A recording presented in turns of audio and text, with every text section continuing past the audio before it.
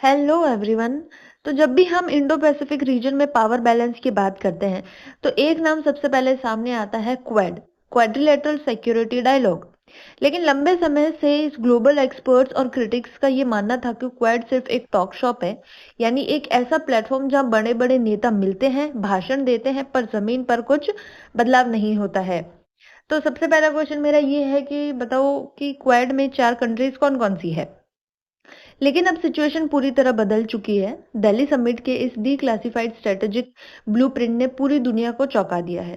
Quad अब सिर्फ बातों से निकलकर जमीन पर हार्ड इंफ्रास्ट्रक्चर खड़ा करने के एक मैसिव ऑपरेशनल फेज में एंटर कर चुका है। आज के इस वीडियो में हम इस ब्लूप्रिंट के हर एक सीक्रेट लेयर, हर एक कोऑर्डिनेट और उस 5 पॉइंट स्ट्रेटेजिक फ्रेमवर्क को बारीकी से डिकोड करेंगे जो चाइना के डोमिनेशन को डायरेक्टली चैलेंज कर रहा है। तो चलिए चलते हैं, बिना किसी देरी के शुरुआत करते हैं क्वाड के इस हाई टेक मिलिट्री और इकोनॉमिक मास्टर प्लान का कंप्लीट पोस्टमार्टम करने। इस पूरे ट्रांसफॉर्मेशन को समझने के लिए पहले इसका बैकग्राउंड हमें समझना पड़ेगा, जिसको हमने कहा है द अवेकनिंग ऑफ क्वाड। इसका क्या मतलब है? यानी कि क्वाड का जो आज का रूप है वो अचानक नहीं बना, पिछले 20 सालों की एक लंबी हिस्ट्री है जो 4 बड़े स्टेप्स में चली है। पहला है ईयर 2024, यानी कि सुनामी रिलीफ। इसकी असली शुरुआत तब हुई जब इंडियन ओशन में आई भयानक सुनामी डिजास्टर के बाद इन चारों देशों की नेवीज ने पहली बार एक साथ मिलकर ह्यूमैनिटेरियन नेवल कॉपरेशन किया। ईयर 2027 इनिशियल प्रपोजल, यानी कि जापान के लेट पीएम शिंजो आबे ने इस 4 नेशन डेमोक्रेटिक डायलॉग का एक साथ एक इनिशियल कंसेप्चुअलाइजेशन रखा, लेकिन जियोपॉलिटिकल सिचुएशंस की वजह से यह जल्द ही स्टॉल हो गया, यानी कि ठंडा पड़ गया। ईयर 2027, यानी कि 10 साल बाद, ईयर 2017 सॉरी, 10 साल बाद ट्रंप एडमिनिस्ट्रेशन के दौरान इस ग्रुप को फिर से जिंदा किया गया और इसका डायरेक्ट ट्रिगर था चाइनीज एग्रेसिव एक्सपेंशनिज्म। और ईयर 2024 में द दिल्ली पिवट, यानी कि दिल्ली समिट में जब इन देशों के फॉरेन मिनिस्टर्स मिले तो उन्होंने साफ कर दिया कि अब कंसल्टेशन का दौर खत्म हो चुका है। अब हम एक concrete heavy funded operational infrastructure phase में एंटर कर चुके हैं। ये डायलॉग टू डिलीवरी का सबसे बड़ा शिफ्ट है। अब सवाल ये उठता है कि आखिर अचानक ऐसा क्या हुआ कि क्वाड को इतनी तेजी से एक्टिवेट होना पड़ा। इसके पीछे जो फैक्टर्स काम कर रहे हैं उसे इस ब्लूप्रिंट में द दिल्ली इम्पेरेटिव का नाम दिया गया है। हम इस समय एक ऐसी मल्टी डोमेन थ्रेट लैंडस्केप के बीच में खड़े हैं जहां 3 बड़े संकट एक साथ सामने हैं। पहला है एनर्जी डिस्क्रिप्शन। ठीक है, एनर्जी डिसरप्शन। मिडल ईस्ट की इंस्टेबिलिटी और ईरान क्राइसिस ने हमारे वाइटल शिपिंग लेन्स जैसे कि स्ट्रेट ऑफ हॉर्मुज को बहुत बड़ा खतरा पहुंचाया है, जहां से ग्लोबल ऑयल का एक बड़ा हिस्सा गुजरता है। दूसरा है चाइनीज असर्टिवनेस। चाइनीज असर्टिवनेस क्या है कि साउथ चाइना सी में चाइना के एग्रेसिव मिलिट्री मैन्यूवर्स और उनका चल रहा स्ट्रिंग ऑफ पर्ल्स नेवल इंसर्कलमेंट, यानी कि भारत को समुद्र में घेरने की रणनीति अब एक बहुत बड़ा डायरेक्ट थ्रेट बन चुका है। तीसरा है सप्लाई चेन फ्रेगमेंटेशन, यानी कि कोविड-19 पेंडेमिक, रेड सी में चल रही हouthi पिरेसी और रशिया यूक्रेन वॉर ने दिखा दिया कि हमारी ग्लोबल सप्लाई चेन्स कितनी कमजोर और फ्रेजाइल है। इस क्रिटिकल जंक्चर को आकर क्वेड ने अपना 5 point strategic action plan launch किया है। ठीक है, चलिए अब आते हैं क्वेड की सबसे पहले और सबसे important action plan, that is action plan 1, जिसको है मैरीटाइम डोमेन अवेयरनेस। ठीक है, पहला है मैरीटाइम डोमेन अवेयरनेस, जिसे इस ब्लूप्रिंट में द आईज, यानी कि अलायंस की आंखें कहा गया है। इस इनिशिएटिव का टारगेट बहुत साफ है। इस वास्ट इकोनॉमी थ्रेड के अंदर हर एक थ्रेड को रियल टाइम में मॉनिटर करना। दोस्तों, डेटा और ज्योग्राफी का सच समझिए। दुनिया का लगभग 60% मैरीटाइम ट्रेड इसी इंडो पैसिफिक वाटर से होकर गुजरता है। साथ ही पूरी दुनिया का सेमीकंडक्टर ट्रेड भी इन्हीं सी लेन्स पर डिपेंड है।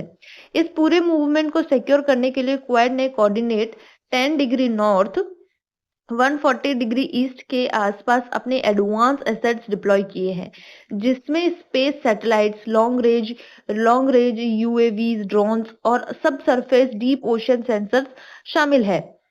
अब इसका सबसे बड़ा फीचर है रियल टाइम डेटा फ्यूजन।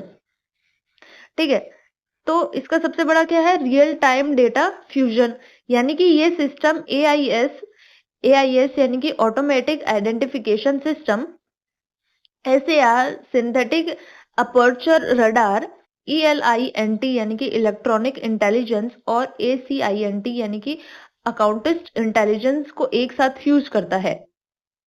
इसका मतलब ये है कि अब अगर कोई मिस्टीरियस शिप या submarine Malacca straight of Hormuz या हमारे अंडमान एंड निकोबार और डियोगो गार्किया के पास से निकलने की कोशिश करेगी तो उसकी हर एक मूवमेंट रियल टाइम में ट्रेस हो जाएगी। ठीक है, ये समझ आ गया। पहले क्या होता था दोस्तों, इंडिया, यूएस, जापान और ऑस्ट्रेलिया, ये चारों देश समुद्र में थ्रेट ट्रैकिंग अलग अलग आइसोलेटेड तरीके से करते थे, लेकिन चाइना जिस तरह के मल्टी लेयर्ड वेक्टर्स का यूज कर रहा है, जैसे कि साउथ चाइना सी में उनके आर्टिफिशियल आइलैंड्स, उनकी अग्रेसिव कोस्ट गार्ड ऑपरेशंस, उनके डीप सी सबमरीन्स और उनकी मिस्टीरियस इलीगल फिशिंग फ्लीट्स, उन्हें आइसोलेटेड तरीके से टैकल नहीं किया जा सकता है। इसीलिए क्वाड ने लॉन्च किया है यूनिफाइड इंटेलिजेंस ग्रिड। इस ग्रिड में अब चारों देशों के बीच satellite data sharing directly real time में होती है।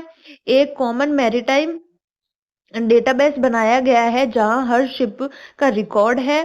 रियल टाइम इंटर सिंक और इंटीग्रेटेड रडार सिस्टम्स एक साथ लिंक किए गए हैं और कोऑर्डिनेटेड नेवल पेट्रोल्स के साथ साथ अंडर वाटर अकाउस्टिक मॉनिटरिंग को लगाया गया है।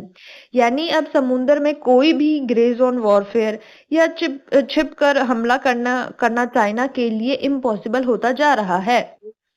सेकेंड एक्शन प्लान है द फुटहोल्ड।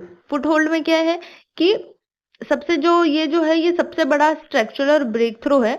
ठीक है, जिसे इस ब्लूप्रिंट में हमने फुटहोल्ड कहा है। मॉडर्न जियोपॉलिटिक्स का एक नियम है, पोर्ट्स अब सिर्फ कमर्शियल एसेट्स नहीं है, वो ऐसे चौक पॉइंट्स है जो डायरेक्टली नेवल एक्सेस और ट्रेड कंट्रोल देते हैं। इस समय Pacific island Chinese economic expansion और उनके इन्फ्लुएंस का सबसे बड़ा टारगेट है।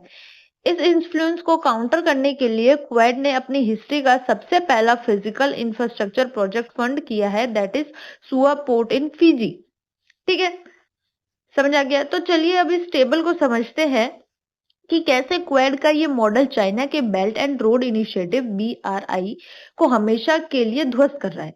चाइना जहां डेट ट्रेप यानी कि कर्ज के जाल में फंसा कर देशों के पोर्ट्स हथिया लेता है, वहीं क्वाड एक ट्रस्टेड, ट्रांसपेरेंट अल्टरनेटिव फाइनेंसिंग दे रहा है। चाइना के पोर्ट्स डुअल यूज होते हैं, ठीक है, यानी दिखने में कमर्शियल पर अंदर से मिलिट्री बेस, जैसे ग्वादर या हम्बनटोटा। इसके उल्टे क्वाड के ports smart tech, digital logistic और कंप्लीटली साइबर सिक्योर एसेट्स होते हैं, जो बिना उन देश की सोवरेनिटी को नुकसान पहुंचाए डेवलप किए जा रहे हैं। अगला मुख्य पिलर है हमारा द एनर्जी सिक्योरिटी, जिसे रिपोर्ट में ब्लड लाइन यानी कि अलायंस की रगनस कहा गया है। अब ये क्या है? क्योंकि अगर एनर्जी सप्लाई रुक गई तो पूरे देश की इंडस्ट्री ठप हो जाएगी। इसीलिए 4 बड़े मैकेनिज्म बनाए गए हैं। पहला है LNG कोऑर्डिनेशन। एशियन अलायंस जैसे इंडिया और जापान, जो एनर्जी इंपोर्ट्स पर हेविली डिपेंड है, उनके बीच लिक्विड नेचुरल गैस रिजर्व को सिंक्रोनाइज करना। फिर है फ्यूल स्टोरेज कॉर्पोरेशन। किसी भी इमरजेंसी कंडीशन से निपटने के लिए 90 डेज का shared emergency fuel stockpile target खड़ा करना। फिर है सप्लायर डाइवर्सिफिकेशन। ये क्या है कि हायर रिस्क सिंगल सप्लायर्स पर से डिपेंडेंसी हटाकर अलग अलग सिक्योर रूट से फ्यूल मंगवाना। फिर है रूट रीइंफोर्समेंट, यानी कि स्ट्रेट ऑफ हॉर्मोज और इंपॉर्टेंट मेरीटाइम डिफेंस चैनल्स में पेट्रोल फ्रीक्वेंसी को बढ़ाकर ट्रांसपोर्ट लेन्स को सिक्योर रखना। इस पूरे फ्रेमवर्क को ऑपरेशनलाइज करने के लिए इस साल यूनाइटेड स्टेट्स के एक dedicated quad fuel security forum, ठीक है, को होस्ट करने जा रहा है। कौन होस्ट करेगा इस चीज को लिखना कि क्वाड फ्यूल सिक्योरिटी फॉर्म कौन होस्ट करेगा, दैट इज यूनाइटेड स्टेट्स। तो चलिए अब आते हैं उस एसेट्स पर जिसके बिना मॉडर्न टेक चल ही नहीं सकती, दैट इज क्रिटिकल मिनरल्स, जिसको हमने बोला है द मसल। ठीक है, क्या आपको पता है कि पूरी दुनिया के रेयर अर्थ रिफाइनिंग और प्रोसेसिंग का लगभग 80 से 90% कैपेसिटी अकेला चाइना कंट्रोल करता है। इस मोनोपोली को चाइना ने हाल ही में एक्सपोर्ट रेस्ट्रिक्शंस लगाकर वेपनाइज करना शुरू कर दिया है, जिससे पूरी दुनिया में अलार्म बेल बज चुकी है। दोस्तों, चाहे ईवी बैटरीज बनानी हो, एडवांस सेमीकंडक्टर चिप्स हो या मॉडर्न हाइपरसोनिक मिलिट्री मिसाइल्स, हमें लिथियम, कोबाल्ट और निकल जैसे रॉ मटेरियल्स की जरूरत पड़ती है। अगर चाइना ने इस चॉक पॉइंट फनल को बंद कर दिया तो पूरी दुनिया की एडवांस इकोनॉमी और वॉरफेयर सिस्टम ठप हो जाएगा। इसलिए क्वाड अब माइनिंग और प्रोसेसिंग पार्टनरशिप लॉन्च कर रहा है ताकि इस चाइनीज मोनोपोली को कंप्लीटली तोड़ा जा सके और क्रिटिकल मिनरल की रिसोर्स इंडिपेंडेंसी सिक्योर की जा सके। ठीक है, फिर इस पूरे स्ट्रेटेजी का आखिरी पिलर है action number 5, that is supply chain resilience, जिसे अलायंस का नर्वस सिस्टम कहा गया है। अभी नर्वस सिस्टम क्या है? ठीक है, तो जियोपॉलिटिक्स में अब हम टोटल डीकपलिंग यानी कि चाइना से पूरा रिश्ता तोड़ना ये नहीं कर रहे हैं, बल्कि हम चाइना प्लस वन वेब के जरिए अपनी प्रोडक्शन को ट्रस्टेड हब्स में डिस्ट्रीब्यूट कर रहे हैं। पुराना सिस्टम बहुत फ्रेजाइल था क्योंकि सारा रॉ मटेरियल पहले चाइना जाता था और वहां से ग्लोबल मार्केट्स में। ठीक है, तो ये एक critical single point failure risk था। अब नए सिस्टम में 5 यानी कि इंपॉर्टेंट ट्रस्टेड हब्स बनाए गए हैं। कौन कौन से, इन चीजों को याद रखना कि ये 5 इंपॉर्टेंट हब्स कौन कौन से हैं।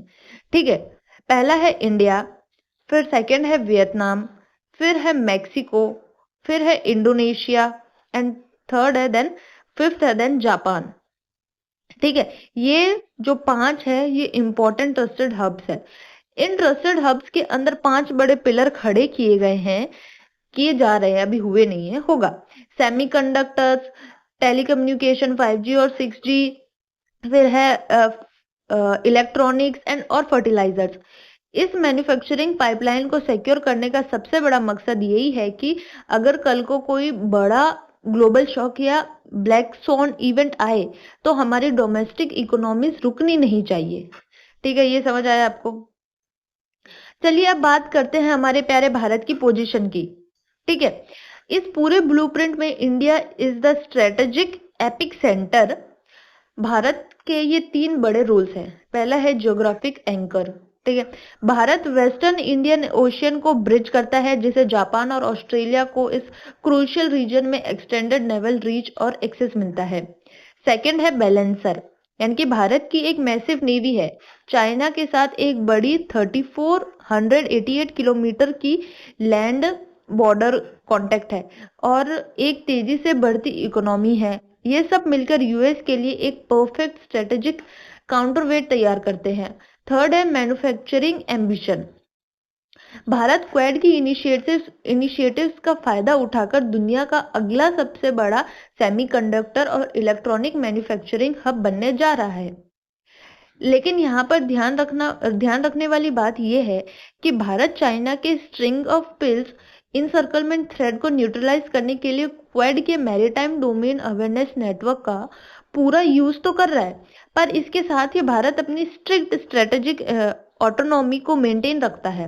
भारत किसी फॉर्मल मिलिट्री अलायंस का हिस्सा नहीं बनेगा, बल्कि इशू बेस्ड अलाइनमेंट पर काम करेगा। आई बात समझ में? फिर दोस्तों, एक बेहतरीन एनालिसिस तब तक पूरा नहीं होता है जब उसकी कमजोरियां और कॉन्स्टेंट्स को ना समझे। क्वाड के अंदर हर एक देश की अपनी कुछ इंटरनल लिमिटेशंस और कमजोरियां हैं, जैसे हमें एग्जाम पॉइंट ऑफ व्यू से जानना बहुत जरूरी है। जैसे इंडिया के लिए बात करें तो जैसे कि इंडिया का मैंने बताया कि भारत हमेशा अपनी इंडिपेंडेंस और स्ट्रेटेजिक ऑटोनॉमी को प्रायोरिटी देगा और कभी भी किसी फॉर्मल बाइंडिंग मिलिट्री ट्रीटी में साइन नहीं करेगा। जापान अपने संविधान के आर्टिकल 9 के कॉन्स्टिट्यूशनल कॉन्स्ट्रेंट से बंधा हुआ है, जो उन्हें अग्रेसिव मिलिट्री डिप्लॉयमेंट और फुल स्केल वॉरफेयर से लीगली लिमिट करता है। फिर है ऑस्ट्रेलिया। ऑस्ट्रेलिया की इकोनॉमी और ट्रेड अभी भी काफी हद तक चाइना पर डिपेंडेंट है, जो उन्हें सप्लाई चेन में कमजोर बनाता है। यूनाइटेड स्टेट्स का क्या है कि यूएस इस समय मल्टीपल ग्लोबल कॉन्फ्लिक्ट्स में फंसा हुआ है, जिससे उनका रिसोर्स स्ट्रेच काफी हाई है, और उनके डोमेस्टिक पॉलिटिक्स में शिफ्टिंग एडमिनिस्ट्रेटिव प्रायोरिटीज की जो मतलब कि अनप्रिडिक्टेबली बनी रही है, मतलब कि पता नहीं है कि उनके आगे क्या होगा। तो रियलिटी क्या है? रियलिटी यही है कि अगर हम नाटो से कंपेयर करें, तो नाटो के पास एक ऑटोमेटिक आर्टिकल 5 इन्फोर्समेंट मैकेनिज्म है, ठीक है। चाइना के बीआरआई के पास $1 ट्रिलियन का स्टेट फंडिंग सपोर्ट है, लेकिन क्वेड के पास अभी तक कोई फॉर्मल ट्रीटी नहीं है, और उन्हें फाइनेंशियल फंडिंग में स्केल अप करने के लिए सिवियर हर्डल्स का सामना करना पड़ रहा है। तो दोस्तों, फाइनल इंटेलिजेंस रीड आउट क्या होता है, अभी मैं बताती हूँ। ठीक है, ये जो 5 अलग अलग एक्शन हमने देखे हैं, ये कोई आइसोलेटेड पॉलिसीज नहीं है, ये आपस में इंटरकनेक्टेड लेयर्स है, एक ऐसी जैसे यूनिफाइड नेट, ठीक है, यानी कि सुरक्षा जाल, यूनिफाइड नेट के लिए, जिसे इस तरह से डिजाइन किया गया है ताकि वो चाइना के स्ट्रिंग ऑफ पर्ल्स को न्यूट्रलाइज कर सके, ग्लोबल मैरीटाइम ट्रेड के 60% हिस्से को सिक्योर रख सके, और एक स्ट्रक्चरली रेजिलियंट इकोनॉमिक थ्रेटर खड़ा कर सके। क्वेड अब सिर्फ एक यानी कि भाषण देने वाला डायलॉग नहीं है, ये कल के इंडो पैसिफिक का हार्ड इंफ्रास्ट्रक्चर ऑपरेशनल फ्रेमवर्क बन चुका है, ठीक है। तो ये मैंने आपको इस पूरी रिपोर्ट को अच्छे से इजी लैंग्वेज में समझाने की कोशिश की है। आपको कैसा लगा मुझे ज़रूर बताना, कुछ कमी है तो भी मुझे कमेंट बॉक्स में ज़रूर बताना। और अगर बात करें इनमें से कुछ पूछे जाने वाले सवालों की, तो जैसे कि एक सवाल ये बन सकता है कि हाल ही में चर्चा में रहा सुआ पोर्ट फिजिकल इंफ्रास्ट्रक्चर प्रोडक्ट किस क्षेत्र में स्थित है और उसका फंडिंग सोर्स क्या है। पहला क्वेश्चन तो ये है। क्वाड देशों द्वारा लॉन्च किए गए अलायंस वाइड क्वांटम की डिस्ट्रीब्यूशन नेटवर्क का टारगेट डेडलाइन क्या सेट किया गया है, ये भी बताना मुझे। ठीक है, ये 2 क्वेश्चन है। बाकी मेंस में इससे क्वेश्चन बन सकते हैं, जैसे कि पहला क्वेश्चन डिस्क्रिप्टिव में, पहला ये हो सकता है कि क्वाड का दिल्ली समिट एक सिंबॉलिक ग्रुपिंग से निकलकर हार्ड इंफ्रास्ट्रक्चर ऑपरेशनल फ्रेमवर्क की तरह एक डेफिनेटिव पिवट दर्शाता है, ठीक है। तो इसे क्रिटिकली एनालाइज कीजिए। फिर सेकंड क्वेश्चन ये बन सकता है कि चाइना के स्ट्रिंग ऑफ पर्ल्स और उनकी रेयर अर्थ मिनरल मोनोपोली को काउंटर करने में क्वाड के मैरीटाइम डोमेन अवेयरनेस और चाइना प्लस वन वेब के स्ट्रेटेजिक और इकोनॉमिक इम्पोर्टेंस को बताइए। तो ये था वीडियो, ये क्वेश्चंस है, ये मेंस के क्वेश्चंस है, ठीक है। आप इनको अपने नोट्स में नोट डाउन जरूर करना। और ये जो मैंने 3 क्वेश्चन पूछे थे, वो वन वर्ड एग्जाम्स में आते रहते हैं, जैसे कि बैंकिंग, एसएससी एंड जो रेलवेज होता है, उनमें ये ऐसे सवाल पूछे जाते हैं, तो इनको भी थोड़ा सा ध्यान में रखना, ठीक है। तो दोस्तों, ये था क्वाड के इस मेगा स्ट्रेटेजिक ब्लूप्रिंट का कंप्लीट मल्टी डायमेंशनल ब्रेकडाउन। अगर आपको वीडियो अच्छा लगा और इंफॉर्मेटिव लगा हो तो लाइक करें, सब्सक्राइब करें, और आपके जो थॉट्स हैं उनको कमेंट्स में बताएं। मिलते हैं अगले बर्निंग टॉपिक के साथ। जय हिंद, जय